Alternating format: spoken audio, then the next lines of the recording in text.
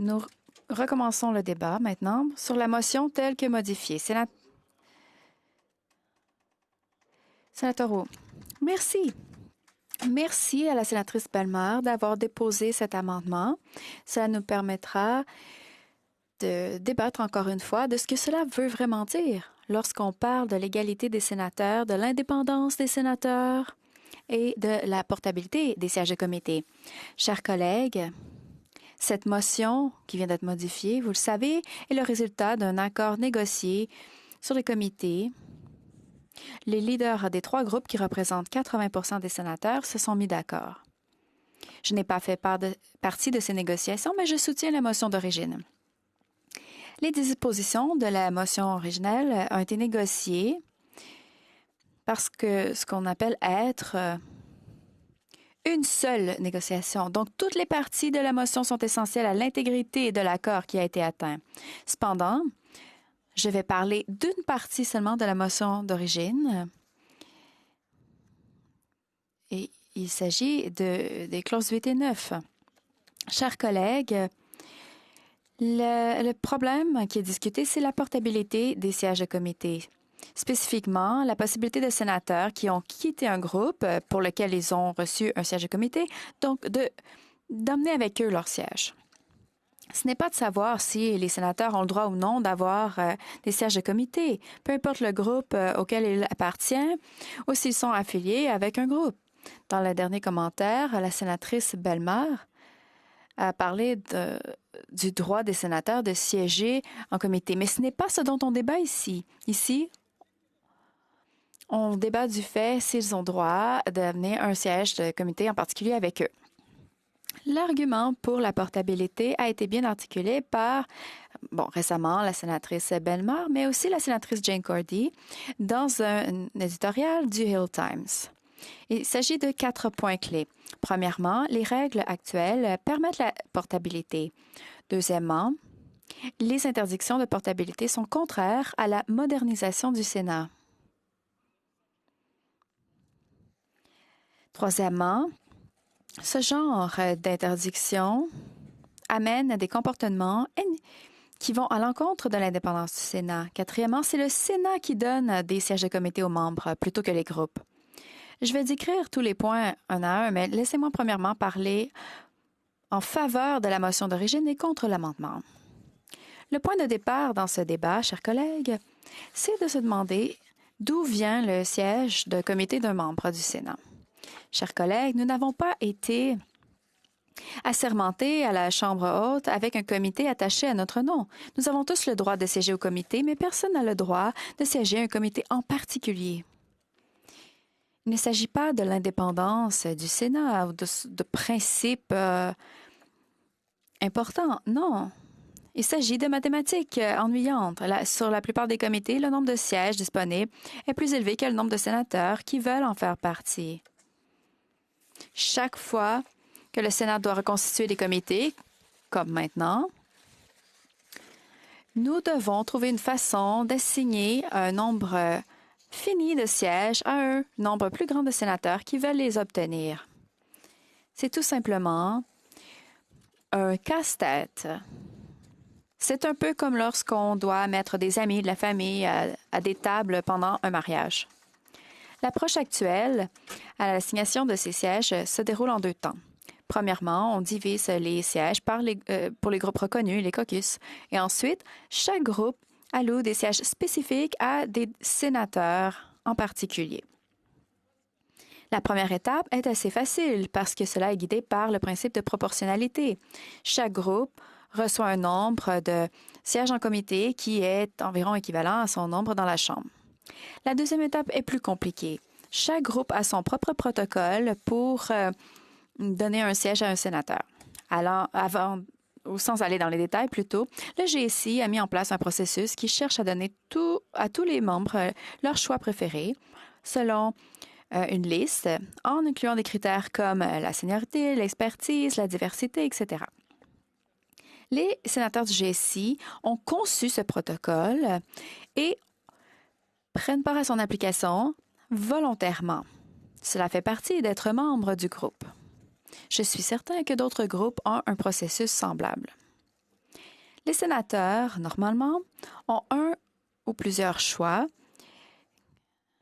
mais la plupart des membres n'ont pas tous leurs choix parce que la demande est plus importante que ce qui est disponible.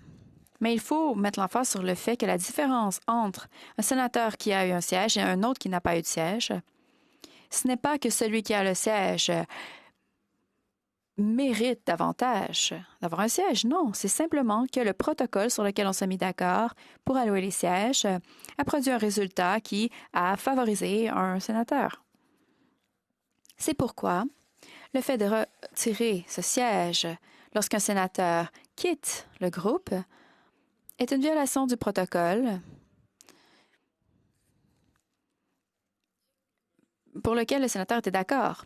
Soyons clairs, le sénateur a obtenu le siège aux dépens d'un collègue. Le fait de retirer le siège du groupe serait un affront à la justice procédurale et une insulte aux collègues qui ont suivi les règles. Le point principal ici, c'est que même si les sénateurs ont le droit de siéger à des comités, ils n'ont pas le droit à un siège en particulier.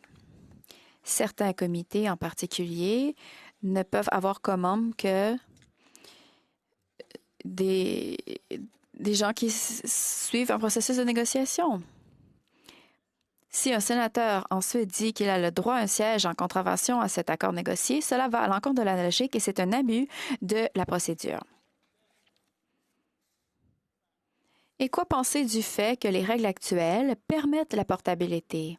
Cela est essentiel à l'argument émis par la sénatrice Bellemare et la sénatrice Cordy dans son éditorial. La sénatrice Cordy dit aussi que la portabilité de ces sièges de comité est essentielle pour la modernisation du Sénat. C'est un objectif avoué du GSI. On ne peut pas être pour la modernisation et contre les changements aux règles. Au minimum, une position pro-modernisation permettrait d'être ouvert à certains changements, incluant la règle de portabilité des sièges de comité. C'est pourquoi il y a un argument en faveur de la portabilité qui se base sur le fait que c'est en ce moment dans les règles. Mais ce n'est pas vraiment un argument, c'est simplement redire quel est l'état du statu quo. Donc la vraie question, c'est de savoir si le statu quo est encore approprié et si en fait il s'aligne avec nos objectifs partagés de modernisation. Pour commencer, la motion originale permettrait la justice procédurale, ce qui est dans l'esprit de la modernisation du Sénat. Je ne peux que spéculer à savoir pourquoi cette règle a été mise en place il y a plusieurs années. À l'époque, et pour la plupart de l'histoire du Sénat, il n'y avait que 2 groupes à la Chambre haute. Alors, la question de l'assignation des sièges des sénateurs était moins compliquée qu'aujourd'hui. Il y avait beaucoup de fluidité dans la composition du Sénat comparé aux 4 dernières années et très peu de mobilité des sénateurs entre les caucus. Voilà pourquoi cette question de portabilité des sièges n'a pas vraiment été discutée pendant la plupart de l'histoire du Sénat.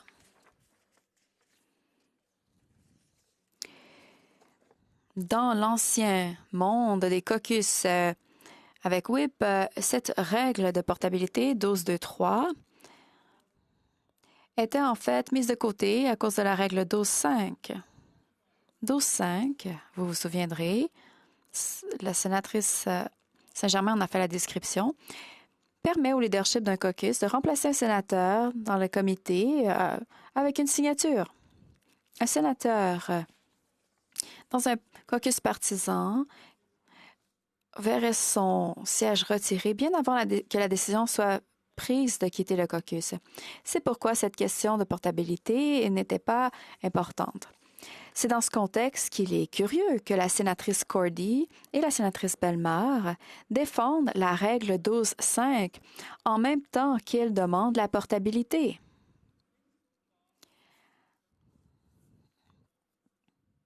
Lorsqu'on parle de garder les sièges de façon permanente, la plus grande menace, c'est la règle 12.5 plutôt que 12.2.3, parce que la première, 12.5, peut être utilisée à tout moment pendant qu'un sénateur est membre d'un groupe ou d'un caucus. L'intention de la règle 12.5 est de mettre en place des changements temporaires, mais il n'y a rien qui empêche un changement temporaire de devenir permanent. Bon, on ne débat pas de 12.5 ici, mais cela, dans tout argument où on se fie à 12.5 comme la raison de garder 12.2.3, ça ne fonctionne pas. Cela amène un troisième argument, c'est que la motion d'origine encourage le comportement en caucus. Le respect à une procédure sur laquelle on s'est mis d'accord pour allouer de précieux sièges de comité, ce n'est pas la même chose que d'avoir un whip. On parle ici de décence. On ne parle pas du pouvoir arbitraire de leaders de différents groupes. Les avocats de la portabilité aimeraient qu'on dise qu'il s'agit de l'indépendance sénatoriale. Non, c'est une question d'indépendance seulement dans le sens où un sénateur veut être libéré d'une responsabilité qu'il aurait envers le groupe duquel il a reçu le siège. En fait, de faire ce qu'ils veulent, sachant qu'ils ont un droit absolu à un siège dans un comité particulier, peu importe la façon dont le siège a été obtenu. Peu importe si d'autres sénateurs n'ont pas reçu ce siège, parce qu'eux aussi, ils ont suivi le processus sur lequel ils s'étaient mis d'accord pour recevoir un siège. Bon, chers collègues, personne n'aime se faire enlever quelque chose lorsqu'on était en possession de quelque chose auparavant. Mais cela dépend de savoir si c'est par exemple, un trésor qui a été exproprié par décret. Bon, c'est une chose, mais cet item-ci, de le recevoir aux dépens de quelqu'un d'autre parce que vous avez eu de la chance, ça ne devrait pas faire une différence. Surtout pas si vous avez participé volontairement dans le processus avec d'autres membres du groupe et avez choisi de quitter le groupe. La sénatrice Cordy a donné un autre argument et la sénatrice Bellemare n'en a pas parlé. Alors, je vais l'attribuer à la sénatrice Cordy. C'est le Sénat qui donne les sièges plutôt que les groupes. Bien entendu, elle fait référence au fait que dans le rapport, on fait un détail de l'assignation des sièges aux membres et ça a été voté par le Sénat au complet. Je crois que ce qu'elle dit, c'est que le besoin de respecter le processus des groupes pour l'assignation de sièges est rendu nul par le fait que le Sénat prend ses décisions. Mais en fait, le Sénat ne joue aucun rôle dans l'assignation des sièges. Ce n'est pas le Sénat qui met en place cette configuration. Ça se fait au niveau des groupes. Et cela inclut un processus de négociation qui se base sur des protocoles internes sur lesquels les membres se sont mis d'accord. Le fait que le Sénat accepte le travail des groupes, eh bien, ça n'empêche pas la responsabilité procédurale au niveau des groupes.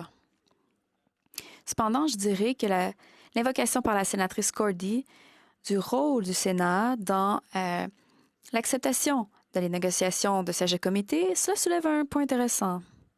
Il devrait y avoir une façon différente d'organiser ce processus pour qu'il y ait portabilité. En effet, si les sénateurs se voyaient assigner leur siège grâce à un processus avec le Sénat au complet plutôt que par les négociations par groupe, on pourrait dire que les sièges appartiennent aux sénateurs individuels, ou du moins pour le reste de la session. Et dans ce scénario, où le Sénat au complet en arrive à une décision il n'y aurait pas de violation du processus d'assignation de siège si les sénateurs choisissent de changer de groupe. Et donc, la portabilité ne serait pas un problème. Mais pensez au scénario et bonne chance à toute personne qui essaie d'en arriver à un système au niveau du Sénat pour assigner les sièges de comité pour les sénateurs individuels. Peut-être que la sénatrice Cordy et d'autres sénateurs qui sont en faveur de la portabilité sont fondamentalement contre le processus d'assignation des comités par les caucus et les groupes. Peut-être qu'ils voudraient qu'il y ait un processus de sélection au niveau du Sénat au complet. C'est une prise de position respectable, mais ce n'est pas celle dont on débat maintenant. Pour l'instant, ceux qui défendent la portabilité veulent le beurre et l'argent du beurre. L'allocation de sièges par les groupes ainsi que la portabilité. Mais du point de vue de l'intégrité procédurale, ce point de vue n'est pas cohérent. Avant de conclure, j'aimerais vous parler de mathématiques encore une fois, parce qu'on en a parlé quelques fois. Sénatrice Bellemare nous a donné la situation du 2 plus 2, 2 moins 2, etc. Par exemple, il y a des changements où ça change la proportionnalité fondamentale au sein d'un comité en particulier. Alors, faisons les mathématiques, faisons les calculs. Dans la réalité, il n'y a pas 2 groupes seulement, il y en a 3 ou 4. Tout ce qu'on a à faire, c'est d'imaginer un troisième groupe de 10 membres. Bon, cela ne change pas. S'il y en a un groupe qui monte de 2, l'autre descend de 2, mais les chiffres de proportionnalité dans ce scénario pour un comité de 9 ou 12 membres ne changent pas. Même avec le mouvement de 2 membres d'un groupe vers l'autre. Vous pouvez faire les calculs vous-même, croyez-moi. Le fait est que le simple fait de changer les chiffres au sein d'un groupe, ça ne donne pas le même pouvoir dans un comité de 9 ou 12 membres. Faites les calculs. Donc cet argument, disant que la proportionnalité est violée parce que 2 membres quittent, non, ça ne fonctionne pas. Croyez-moi. Chers collègues, pour terminer, certains aimeraient que cette motion soit débattue pour parler de l'indépendance du Sénat et de l'autonomie des sénateurs. La réalité, moins glamour, c'est que l'assignation de sièges de comité est vraiment un casse-tête de routine qui doit être fait par des négociations.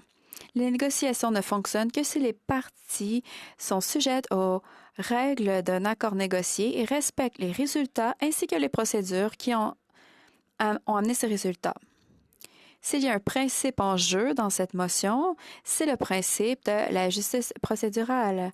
Les sénateurs n'ont pas de droit divin à un siège en comité en particulier. Ils ont reçu un siège sur un comité en particulier en participant volontairement à un processus de groupe qui a amené une conclusion favorable pour eux, mais aux dépens d'autres sénateurs. S'ils quittent ce groupe, le siège ne devrait pas aller avec eux. C'est l'intention de la motion et c'est pourquoi je ne soutiens pas l'amendement. J'espère que vous allez voter contre et j'espère qu'on peut rapidement passer à la motion principale et voter en faveur pour pouvoir rapidement former nos comités et faire notre travail. Merci.